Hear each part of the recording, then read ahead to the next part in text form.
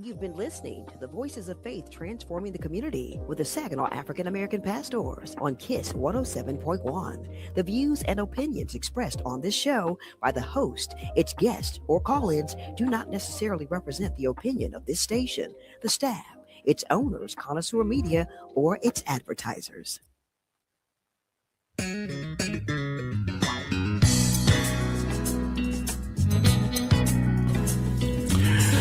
Good afternoon, and welcome to Voices of Faith Transforming the Community. The mission of the Saginaw African American Pastors, known as SAP in the greater Saginaw County region, is that we are a Christian faith group dedicated to addressing racial, social, and economic justice at all levels of the community, and we do it with faith, with strength, and with boldness, in order that we can help to ensure that racial equity is the experience of all citizens in Saginaw County. We want to raise the tide, because when the tide is raised, and all the boats have an opportunity to experience it. And we do it by we engage, we advocate, and we collaborate. We engage in intentional conversations with leaders and decision makers at the highest level of every critical sector of the community to address and correct racial injustices. We advocate for systemic changes, changes that eliminate biases and prejudices toward primarily the Black community in every sector of the community, especially in policing, employment, banking, and housing. And then we collaborate. We collaborate with community and faith-based organizations, agencies, and entities that are seeking to eliminate racial injustices in Saginaw County by taking concrete steps toward racial equity. My name is Hurley Coleman. I'm Bishop Hurley Coleman in the Pastor World Outreach Campus Church in Church of God in Christ in Saginaw, Michigan, and I presently serve as the president for the Saginaw African American pastors. And I'm excited today because with me, I have two guests, two individuals who I respect highly. I've worked with both of these gentlemen, and they are leaders in our community. And I just can't wait. Some of you will remember the days when there was a gentleman who sat in the center seat at the council table for the city of Saginaw. That he did that after having a stellar career in the corporate world and industry and leading in the community. And I speak of none other than the well-known international entrepreneur and teacher, a scholar, former mayor, Dr. Gary Loster. Good morning, Bishop. Good to be with you and Bishop Campbell. And I certainly want to thank and recognize you, gentlemen, for all that you did for me in helping move me forward and working beside you in our greater Saginaw community. Thank you, Bishop. Thank you, Mayor. And the other is, I call him, I easily call him my friend and brother. We have known each other since our junior high school days. I always call him one of the coolest guys I know.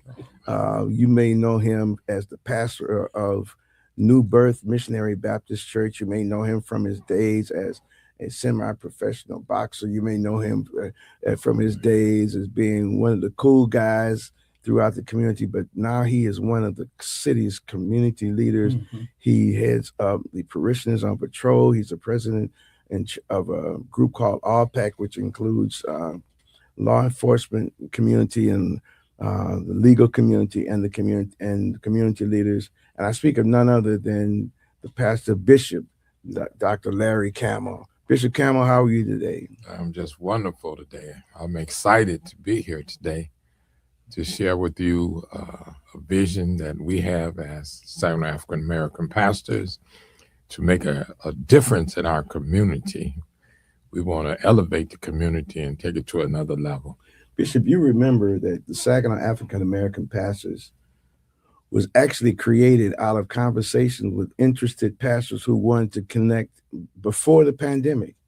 It was pre-pandemic, and we started meeting. And at the early sessions, I think we started out, Mayor Lawson, with maybe 5 or 6 pastors, and it grew to up to 35 pastors who would meet on a regular basis. And then the pandemic hit, and it just happened that Saginaw African American pastors was in place to help. And during that pandemic, Bishop, I think the record is we were able to assist in 35% of our community being vaccinated. Absolutely. Yes. We both opened our churches up and working with Great Lakes Bay, and we were able to vaccinate our community members at a high rate, high rate, you know. We were able to connect with them.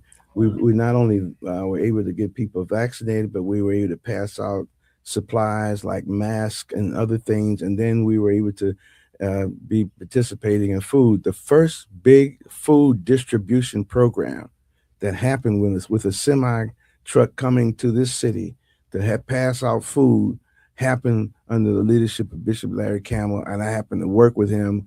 We had Ojibwe Island set aside. There was two big semis. We had about 100 volunteers, and I think we gave away 3,500 boxes that day or something like that. Is that right?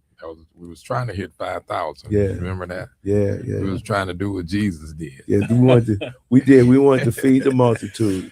But it was a tremendous outpour. And since that time, many organizations and entities have taken advantage of that pattern. So we're sitting here, and I don't ever diminish the work that the people put in.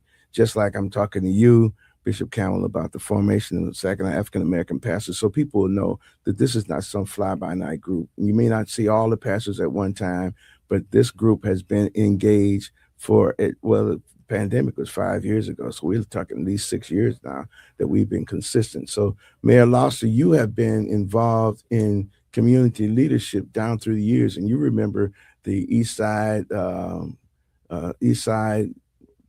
What was the Ministers' Council then back? Northeast Ministerial Alliance. Yes. That included not only Baptist pastors but Kojic pastors. You remember all of those things, and the cluster of clergy and faith leaders that helped get people elected. What do you think about this notion of faith leaders and working together? Well, I think it's very important, Bishop, because most of the, in fact, if not all, our civil rights movement began in the church with Dr. King, Fannie Lou Hamer, and others. Had it not been for that leadership and the church participating to make things easier for our people, because as you know, and we go back to the civil rights days, it was very difficult for Black people. That's right. Absolutely. And the churches stepped in with Dr. King, and the Montgomery bus boycott was the beginning. Not only that, was in Memphis, where he got slain, unfortunately, but it was on behalf of the garbage sanitation workers trying to get an increase in pay and make a difference for them. So I absolutely know that it is important and imperative that the church leads the way. And I want to compliment Bishop, you and Bishop Campbell, for what you're doing, because it is now really important given what we're facing today. If not us, then who? If not then, then when? And if not here, then where? Then where? Think about this, Bishop Campbell and Bishop and Dr. Lawson. We have a tremendous thing we're going to talk about, but preliminary to that, I want to ask the both of you to comment on the state of affairs in our country. I often refer faith leaders to the days of Reconstruction, post-emancipation, and how if it had not been for faith leaders, clergy, those first African Americans, those first Blacks who were elected to state and federal offices, many of them were preachers. Many of them, the schools were created by Black churches. And in today's environment, how necessary is it for Black faith leaders to be engaged, not only in social justice, but economic justice as well? I think now is the time. We just lost one of the greatest civil rights leaders, Jesse Jackson. Yep. And there's not many left from that era, but we sit with one now who is from that era, and for the city of Saginaw, he has served tremendously. Yeah. He is a voice that needs to be heard, and I think the time is right now, because we have to reorganize our community, and we need to bring the faith leaders up front. Yeah. You being our president and you being bold and able to step out and say the things that you say, it makes a difference right now. And we need to move right now while the time is right in our community. I concur with everything Bishop Campbell has said, and it's imperative to me. As you know, over the years, the church has been the forefront. And if we don't have the church where our people gather once a week to hear not only the spoken word, but now we've changed, Bishop, to social justice, housing, affordability, and all these things, freedom, if you will. Yep. As we look at this going forward, I think it is absolutely important that the leadership of both you and Bishop Campbell to begin to move our pastors forward so our community sees, just like Moses' time when there's Jacob and all of those was holding up both of his arms. We need to have that in our community today. And the things that you gentlemen have put forward are, in fact, so much needed now. I would probably say as much as it was back during the time of the civil rights movement, because our rights are being trampled That's on. right. The Second and Fourth Amendment that we see under the Constitution, Right. freedom from searches and everything else, those things are imperative. And who do the people look forward to? They look to the pastors in the church to provide the leadership and the path forward of how we deal with it. We've got, as Dr. King said, some difficult days ahead. Absolutely. We're not there yet. And we know that people are struggling now, but we've got some difficult days ahead, and we need to be in a position to follow leaders like yourself so you can show us the pathway and we can get on it and get behind you and what you're doing. I want to take it a step further if I could, because it not only is it for faith leaders to be engaged, but it's for the people of faith. It's true. To come together and unify. It's true. If Moses had walked out of Egypt by himself, there would be no story. That's true. But the people followed Moses out of Egypt. And that 40-year experience in the wilderness was not just Moses and his family, but there was 1 million strong, 600,000 men alone, and million strong in that wilderness. And the statement was that we are God's people, not I am God's man. So here in this scenario, it's not only important for the faith leaders to be involved, but other leaders like you. People don't know, Mayor Larson, that you were a leader in your career in industry. You became an elected official, but you're also a leader in your local church. Absolutely. You are actively engaged in the Seventh-day Adventist in your church. Talk about being at Ephesus and what that means to you and what you do as a leader. Well, I've had shining examples from your father on, from Reuben Daniels, from Pastor Austin, people who have been in our past, but who I recognize as a young boy, Bishop, as I recognized growing up, having leaders of that. And then giving back to our community in our churches. And in my church, I do and serve where I can, where I'm asked to help. I will always help and provide that assistance as needed. So I think it's very, very important that, and you raise a good point, we need to have people behind you working together collaboratively, making a difference in our community, because the leadership of the pastors, you can do so much, but you can point the way, and we need to have people in our respective churches to follow you. So leadership in our church, and I've not been so much a leader anymore, but as a doer, to get behind the pastor, the elders, and so forth in the church to say, yes, we can make a difference collectively. Bishop Campbell, what do you think about people who want to be leaders in the community but don't have a connection to a faith-based lifestyle? Well, God is bringing forth those leaders right now that they can visibly see the work that they have done. And Jesus told John the Baptist, let the work I've done speak for me. The sick were healed and the blinded eyes were open, and people were being fed. If not me, well, who's going to be the person?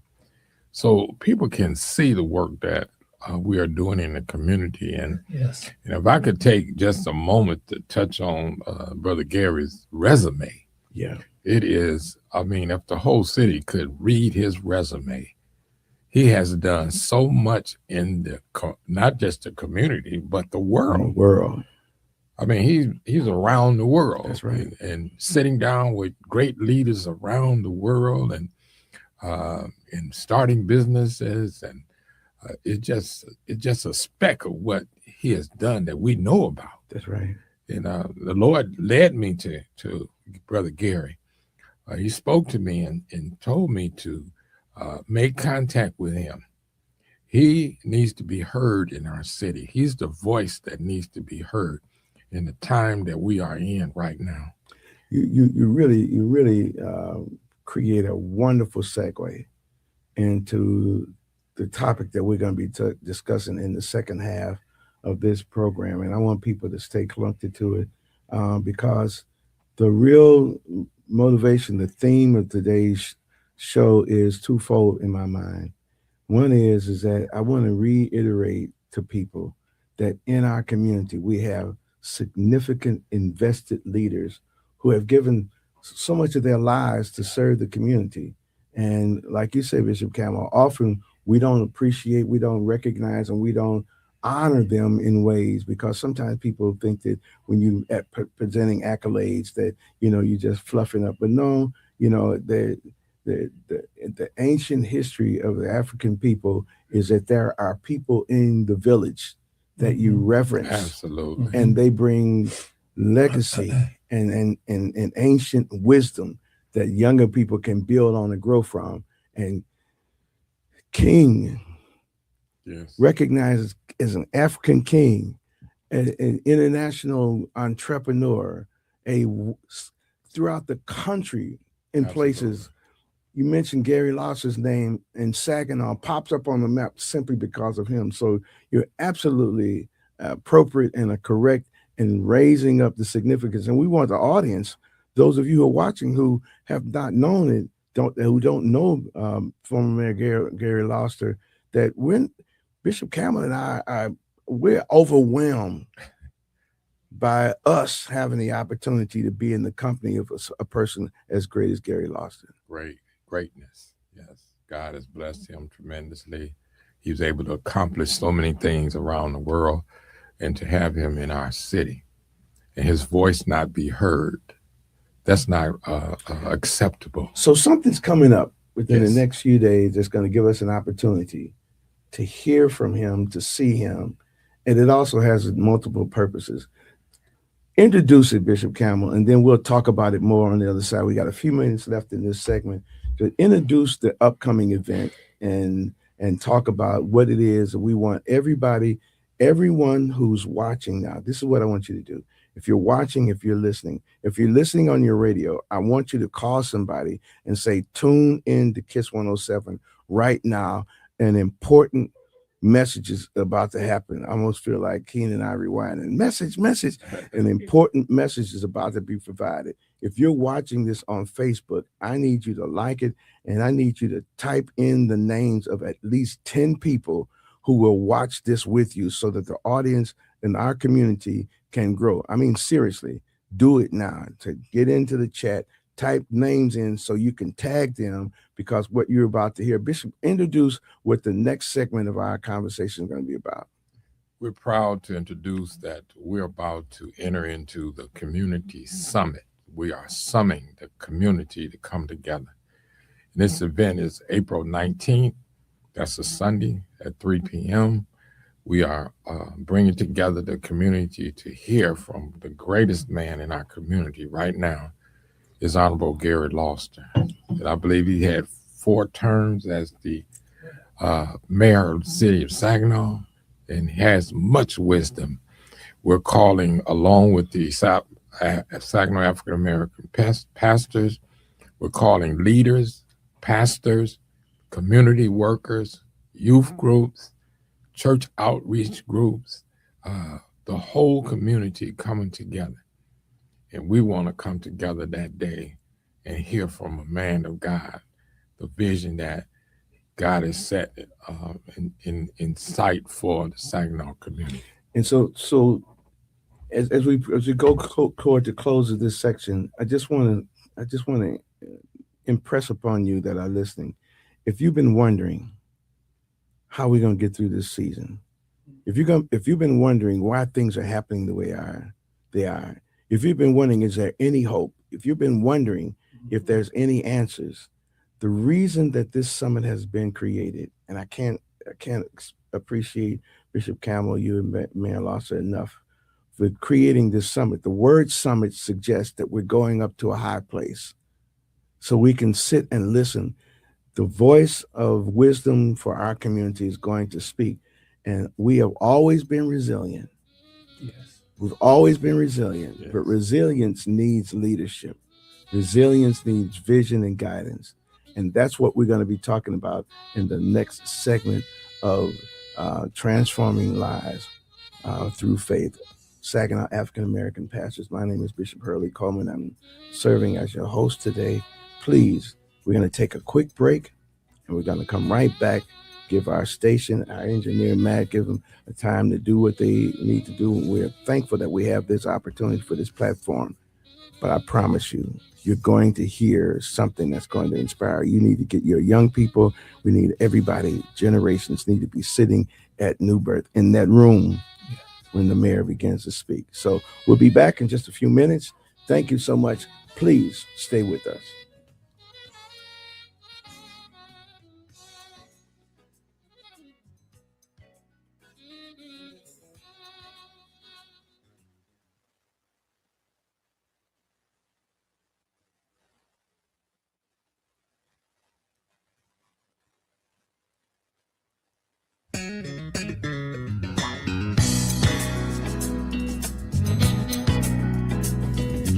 Welcome back to Transforming Lives Through Faith, the Saginaw African American Pastors weekly Sunday afternoon program.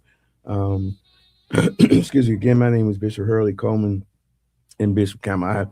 I'm still trying to adjust to calling myself Bishop because I've only been a bishop for a little while and I'm still trying to learn how to do this thing. But we were talking in the break with yourself and Mayor Loster about this upcoming summit. And I want everybody to mark on your calendar April 19th, the summit that's going to happen at New Birth. And it occurred to me, Mayor Loster, you were talking about some experiences that you had with my father back in the day. And it occurred to me that one of the important things about leadership in community is the value of the community to the person who's supposed to be leading. And that doesn't just show up when they want to be seen, but it shows up in their lives previously. What do you say about the necessity of homegrown, home-vested leaders, especially in our community? Well, I think there's several things, Bishop, that we can talk about. Number one, as you've indicated, they're homegrown. Number two, they're active in the community, not only when you see them, but when you don't see them. It's the things that they do when they're not seen, how they visit, how they comfort people, how they be there when needed, things that we don't see. And then when they're needed, how they stand up in the community, good, bad, or indifference, they're there. And they're there for a long time. They just don't pop up and then pop out. They're there consistently. They lead, they direct, and they provide information, and they support. I think about your dad, Reverend Austin, and Reuben Daniels. Not only did they do that, but many jobs in our community that they had influence in, that they would speak up and speak on the behalf of individuals in our communities, and many, many times get employment for them. So those were real homegrown leaders, and plus they knew the people of which they work with. And you mentioned names like my father, H.J. Coleman Sr., Reverend Roosevelt Austin, Reuben Daniels, and there's some other names like Henry Marsh, and Harry Brown, and Joe Stevens. I mean, the names go on, you know. Yeah, Reverend Barthel. I mean, so you think about it, Bishop Campbell, leaders don't just pop up, do they? No, they don't. How does that happen? Well, I think leadership has to be imitated. You have to see somebody that's doing something in order to say, well, that's a powerful statement you just made. Yes, yes. You have to see somebody that's doing what you think that God is calling you to do. You know, in the Bible, there are many leaders, you know, and they had the 12 apostles. And when they went out, they made a difference. But you just said something.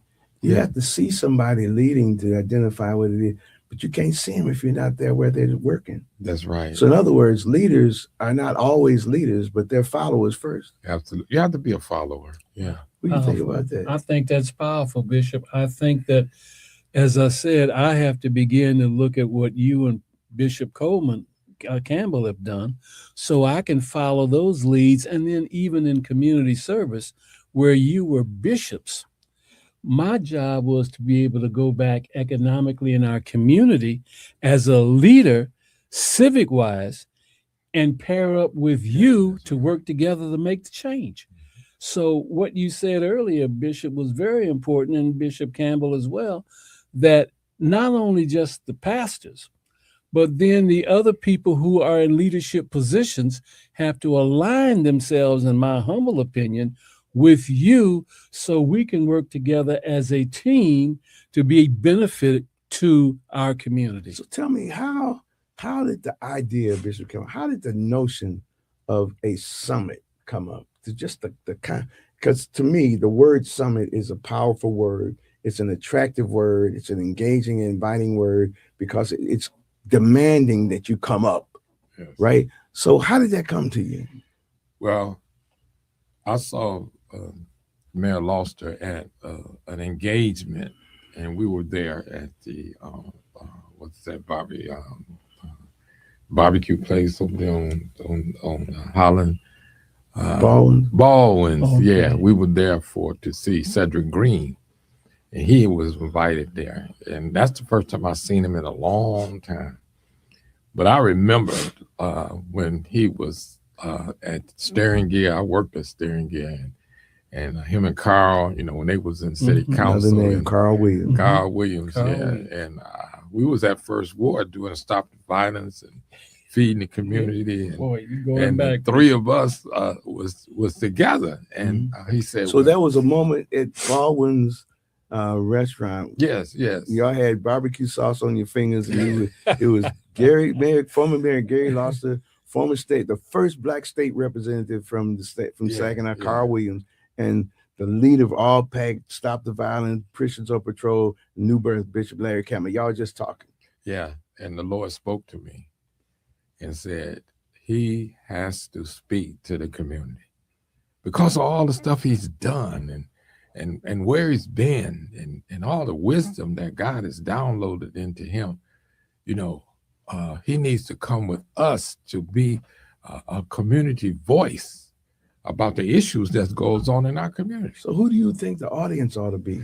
I think the audience ought to be youth groups, churches, pastors. I'm the second vice moderator for the Saginaw Valley District. And this is a newly appointed position. I'm the co-chair of All PAC, and I've been trying to speak to the community for All PAC members and church leaders and church pastors. And here's a time that we need to unite in a common cause to save our community. We got help out there who's working with the kids, and we need them there. I'm working with Nicole Liggins from Guided Grace Youth Services. She said she will be there. And the summit means to summon the people to come and to hear and then reorganize and move forward and do something. And Saginaw African American pastors, we as leaders need to engage and move forward to change the climate of our community. So Mayor Loster, when Bishop Campbell brought the idea up to you, what was your thoughts about it? How did you respond to the thought of it? Well, as I indicated, when you or Bishop Campbell call, I'm going to respond. And I've been in mothballs somewhat because of the health issues, and I've not been out really in the community because of those issues. But when he called, as I told Bishop, I said, you done woke me up. I say, so when you and Pastor Coleman call, I got to respond because we have a history together. But I know more importantly, if we have men like you who have been out there, as I've indicated, for years, that if you're concerned, then I must be concerned because you don't do things lightly. Y'all take your time, you think about it, and I know again that you're involved in our community and have been for years. So when you call, I have to listen, get on my knees and pray and respond to that fact. So I am all in, as I told Bishop, because I cannot forget what both of you have done for me collectively through the years, that you've supported me and you've made the difference. You prayed and made a difference in my life. And we need to do the same thing now because they can say whatever they want.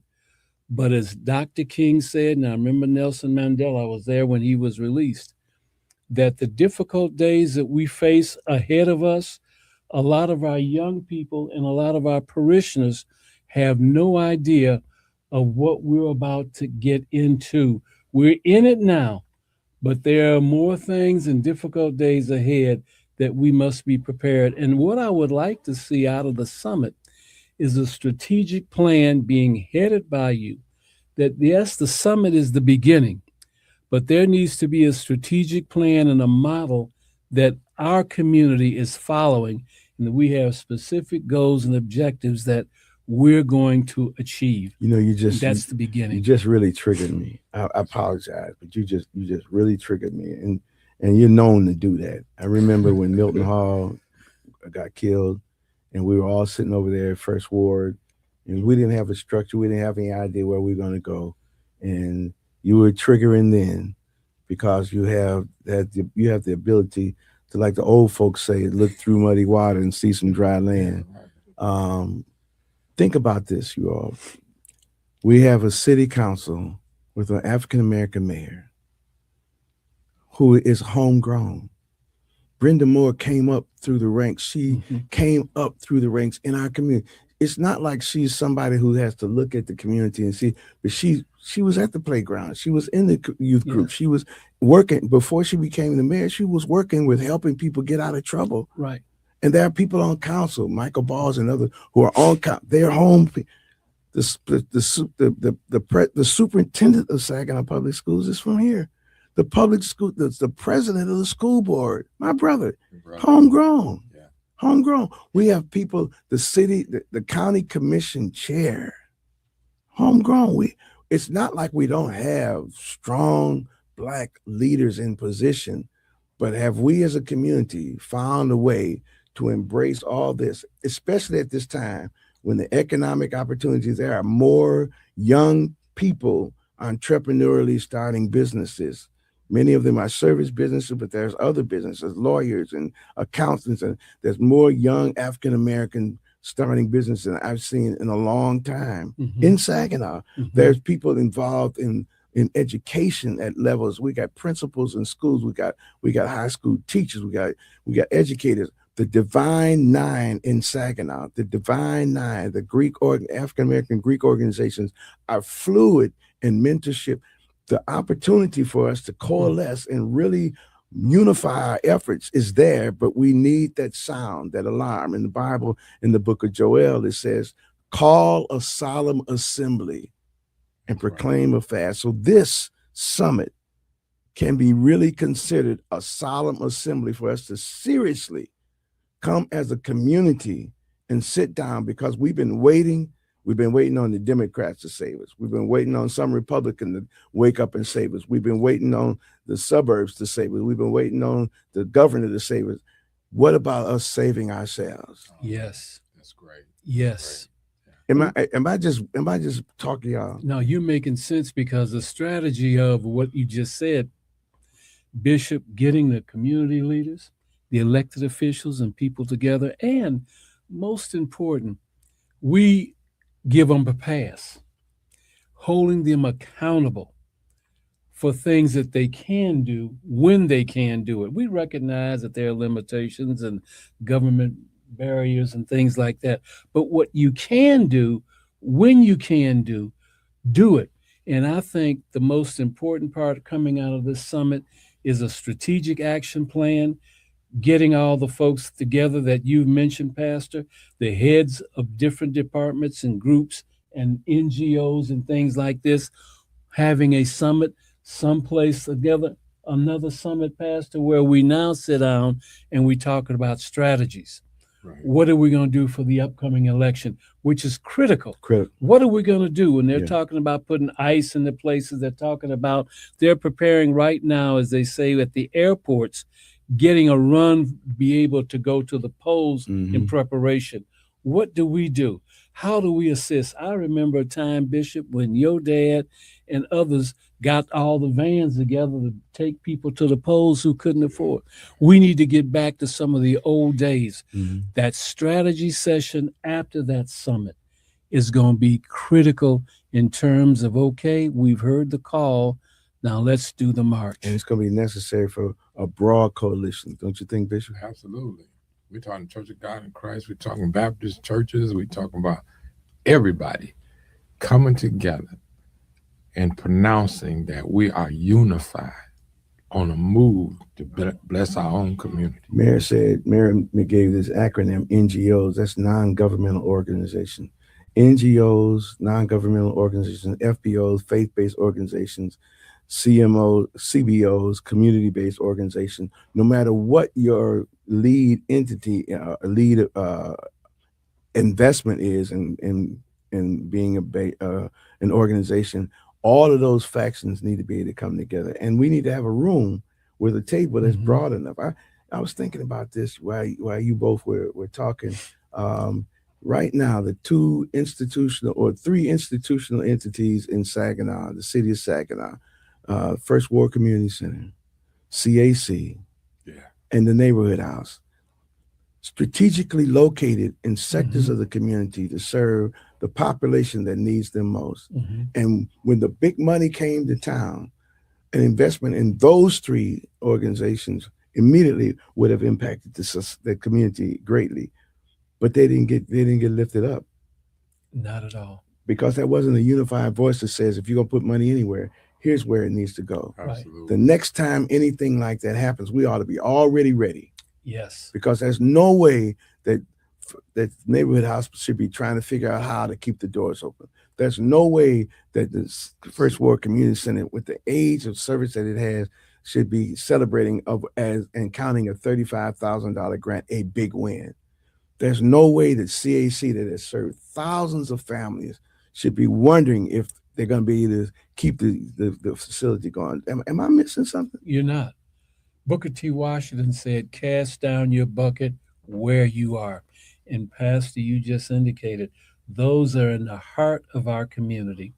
And although I celebrate Bishop at 35,000, that's a drop in the bucket when you look at the need in that community. Or we ought to be able to get and our representatives should be doing everything they can to make sure that we get our return. And that was what I was going to say, because it's $35,000 is a drop in the bucket when other places are getting resources that tremendously overwhelm that amount. Absolutely. We got a few more minutes. Let's close out here. Bishop Campbell, can you summarize in just a couple of minutes what this summit means to you and what you hope to come out of it? Well, I'm just a messenger. God spoke to my heart, and he gave me the words to say and to the vision to move. I did that. I met with Gary and sat down and we talked about it. And then this came to the point where I said, I'm going to have to talk to other pastors and leaders. And so that has happened. And every move that God has sent me to do is like everybody catching the vision and moving forward. And I hope that this summit will be an opportunity for us to start fresh, a new, fresh vision for the community. Mayor Loster, can you do the same thing? I believe what you gentlemen's vision has been is critical in times like this. I know that as we look down the road, of course, we're getting older, and things that we can recall in the past, we're now seeing in our future. And a lot of our young people, and a lot of our people in general, don't realize what we're getting ready to get into. The summit is actually crucial, but the strategic follow up is even going to be more, where we get people like yourself, Bishop Coleman, leading out to bring the people together to begin to look at a plan forward. As you said, Bishop, we should not be reacting. We ought to be acting in time, as they said, Japanese, I can't remember, but preparing in time of no war. Right. And we're not at war now in terms of what we're going through as a community, but we need to be prepared for that point before we get there. I want to take a moment and let everybody know that I have been invited to this conversation with Mayor Lawson and Bishop Campbell. When Bishop Campbell raised the idea with me, I was overwhelmed with the power of the moment, and there's nothing more critical than the value of urgency. And the urgency for our children, the urgency for my grandchildren, the urgency for our families is so powerfully in front of us. And to those of you who are in the generations that follow me, who are frustrated because you think it's your time and you need to be out there, here's your opportunity. Every great accomplishment is ultimately won by young warriors who are led by seasoned warriors. So we got to get those generations together. So I'm talking to those of you who are constantly raising the banner saying, y'all get out the way because it's our turn. It is your turn, but you need some direction and you need the value of wisdom. Yes. And I want to see you. I was at Terry Reed's tire shop the other day, getting some tires for my wife's car. And a brother came up to me that I didn't recognize him. I didn't know him. I recognized him, but I didn't know him. He said, Bishop, I just wanted to say hello. I'm so glad to see you. I said, I'm happy to see you too, my brother. He said, I know you don't know me, but I'll never forget you. My family was in the hospital. We were up against it. My daughter was at the point of death, and you just saw us and you came over and prayed for us. And you prayed a prayer, and within an hour, everything had turned around. And I never had a chance to say anything. It's those kinds of things that people do without needing something that make the difference. This summit is going to call forth action, not conversation, but action. April 19th at New Birth. You've got to be there. You're going to hear more about it. This is the Voices of Faith, Transforming the Community, a program sponsored by the Saginaw African American Pastors. And I promise you, you're going to hear more from the Saginaw African American Pastors because we've got a lot before us. Mayor Loster, Bishop Campbell, thank you for being here. And to the audience, stay with us until next time we come together. God bless you. God bless. Thank you.